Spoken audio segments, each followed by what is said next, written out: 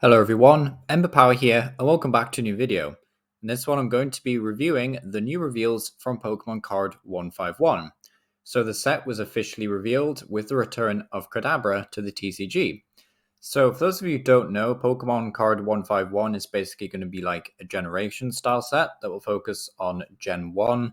I know we've seen so many sets that do this, but I don't mind this that much. I just hope that, the cards are at least interesting. And thankfully, some of the reveals today would suggest that they are, at least trying to make cool cards. This is not going to be a set where all the cards are just for collectors and they're all unplayable. There is actually a decent chunk of cards revealed today that I would say are pretty impactful, including an Alakazam EX, which has a very unique attack, to say the least. And as far as I can tell from what this article is suggesting, this is the first time in the TCG that this Alakazam is able to do what it's able to do.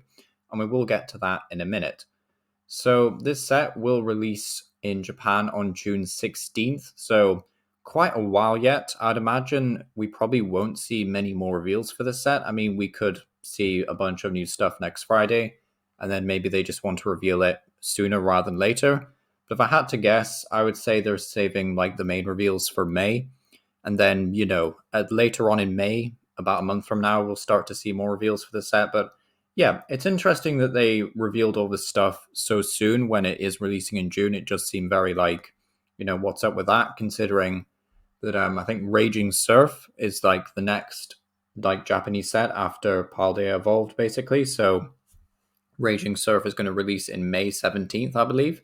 So we should start seeing Raging Surf reveals later on in this month, which is crazy. But yeah, a lot of new reveals and stuff to talk about. So we can just kind of like get into it.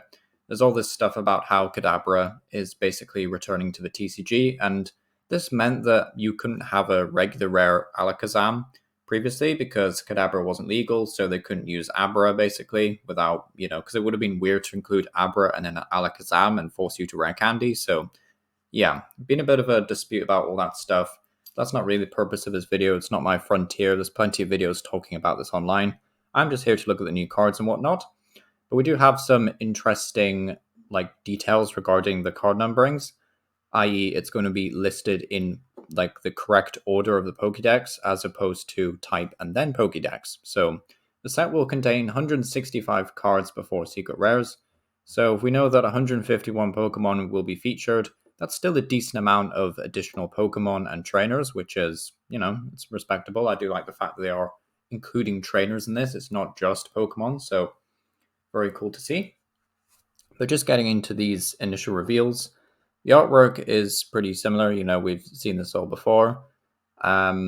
These Pokemon aren't terribly great or anything. There's nothing too crazy here. Of course, Kadabra isn't very, isn't crazy or anything. It's just a mid-evolution stage 1. But this Alakazam EX is super unique. It has the attack Dimensional Manipulation for 2 Psychic Energy, which does 120 damage, which seems really weak. However, this Pokemon can use this attack even when it is on the bench. So we have to assume the ruling means that you don't attack with your active Pokemon. If you choose to use this attack, you can just use this attack and then your turn ends. But this can be used on the bench, which is really cool.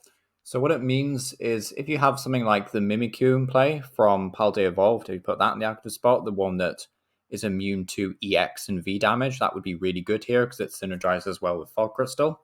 You could put a Mimikyu or even something like a Klefki in the active, and then start using Dimensional Manipulation from the bench.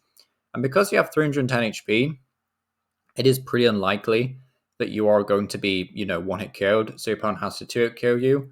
And then at that point, if you really want to, you can use Mind Jack, which does 90 damage and 30 more for each of your opponent's bench Pokemon, which is a very efficient attack. So yeah, I really like this card. I think it's super unique and interesting. Bit of a shame that Kadabra and Abra don't really bring any flavor to the table. It would have been nice to have an ability. Plus 50 HP is super low in this day and age, so Lost Box obviously is going to have a feast with you. But this Alakazam EX is really interesting. I do like this card a lot. Some people might be, frustrated that it's another Psychic type Stage 2 EX that looks really good, but to be honest, I think the card is very cool. And, this could even incorporate some kind of stalling archetype. I mean, there was a Copperaja revealed from Paldea evolved that basically has 300 HP and then it takes 30 less damage from attacks or something wild. So if you just stick one of them in the active, it's going to be really hard for your opponent to KO it. So then you just start using Dimensional Manipulation, and then if it can't find boss, you just start spamming Cheryls and stuff to heal off your Cabraja. There's just a lot of really fun stuff you could do with this. I don't think it's really suitable to be a partner for Gardevoir EX because it's obviously, 2 stage 2s. But if you really want to get wild and spicy, you could maybe include a thin line, maybe a 2-2 line or something, and then just rare candy it when you need it. But yeah, really cool a card regardless, and yeah, very excited to try this out. Then we have Mew EX, which has the ability Restart. Once in your turn, you may draw cards until you have 3 in your hand. So 100 HP, 108 HP means that this is more of a utility Pokemon, of course. It's not really going to be a major attacker, although having said that, the attack for 3 colors, so super versatile means you can, versatile reference to Classic Mew. You could play this with basically any energy type, which is nice. It's always helpful to bear that in mind in case we get a way to accelerate, dark energy, water energy, anything like that, because it means we can use Genome Hack. So I think it's Baxcalibur that Baxcalibur does accelerate water energy to any Pokemon. So you could actually run Mew EX in a Chien-Pao deck. So Genome Hack for 3 colors, choose one of your opponent's active Pokemon's attacks and use this attack. We have seen attacks like this before. I believe it was way back in the day that Mega Gengar of all cards did no damage, and then for 3 energy had this attack basically. So that should give you an idea of how far we've come. There was a Ninetales more recently, and I think it was Rebel Clash or something that had this attack as well. So yeah, it's definitely a cool one to have around. It means that Gardevoir EX has basically a toolbox attacker. So if Gardevoir ever finds itself in a terrible matchup where you really want to use their attack just to be more efficient, then maybe, you could use Mew EX and do that. However, because you have 180 HP, you are going to be price trading pretty effectively, unfortunately, effectively for your opponent into, more efficient decks that are able to do at least 180 damage, basically. So yeah, very fragile, but I guess we should probably talk about the ability because we kind of glanced over it and got distracted by Genome Hack. Restart says once in your turn, you may draw cards until you have 3 in your hand. So this is, I believe, exactly like Kricketune V, except Kricketune V says when it's in the active, you can draw up until 4 instead or something. So Kricketune V is slightly more powerful in that regard, but this doesn't say that you can't use more than one of these in your turn. So how I think the wording means is potentially if you had 3 or 4 of these in play, you could just do the effect up to 4 times. And in a turbo deck where you want to be spamming stuff like Trekking Shoes, Ultra Ball, Battle VIP Pass even, this could be a very strong turbo engine for a deck. I'm not sure what really wants to play this right now.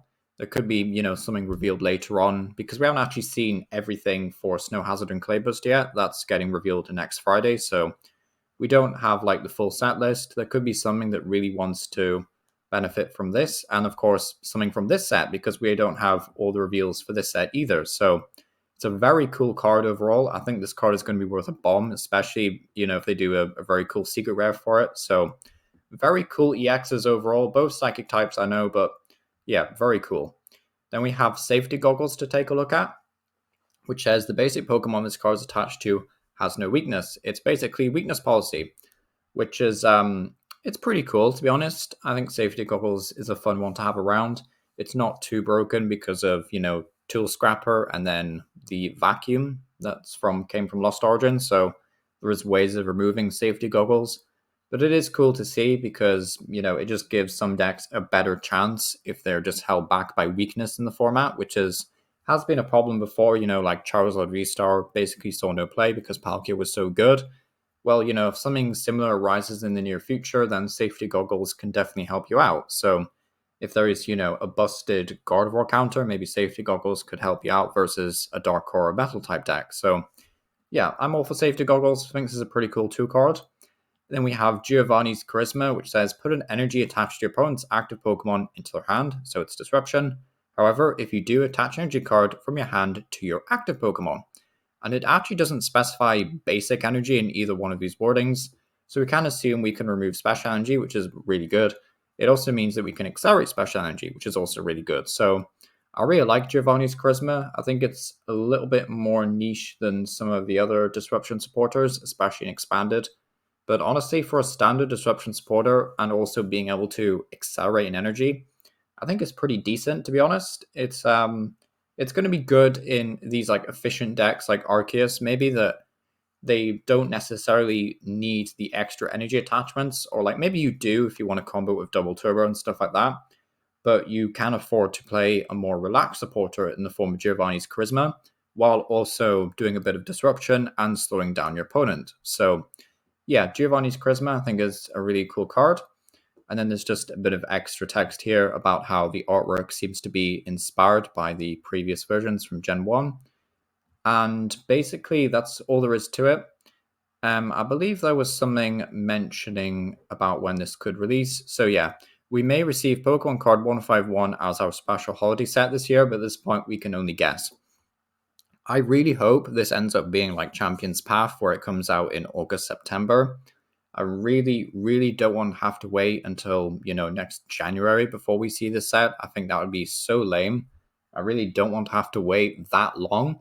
The fact that Japan would basically have this set half a year before we do would suck monumentally. I do want to be able to use these cards in the summer and stuff. So, well, maybe not the summer, but it would be nice to see these sooner rather than later, basically. So, yeah, very cool cards. I think there's some impactful cards here. Very, fun. There's at least some cool stuff to try out.